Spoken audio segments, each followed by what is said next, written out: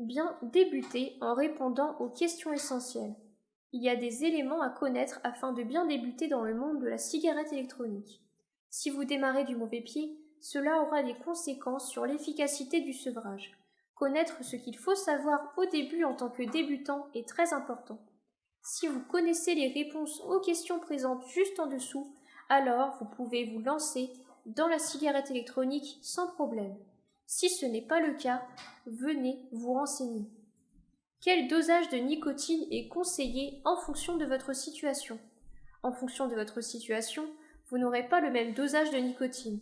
En effet, un gros fumeur n'aura pas le même niveau de milligrammes qu'un petit fumeur. Il faut alors adapter votre futur dosage à votre niveau de dépendance. Le dosage conseillé peut se calculer en fonction du nombre de cigarettes que vous consommez par jour. Une cigarette électronique qui ne fuit pas. Ça existe? Beaucoup de débutants ne connaissent pas le problème très fréquent, la fuite de la cigarette électronique. En trouvant une cigarette électronique qui ne fuit pas, vous serez alors plus motivé à arrêter le tabac. Comment bien régler sa cigarette électronique quand on débute? Lorsqu'on débute, on ne sait pas à quoi correspondent les différents composants.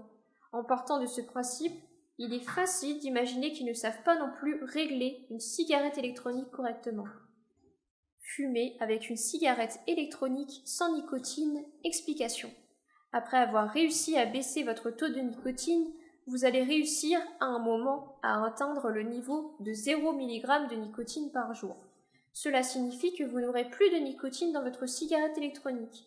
Mais est-ce possible de fumer une cigarette électronique sans nicotine?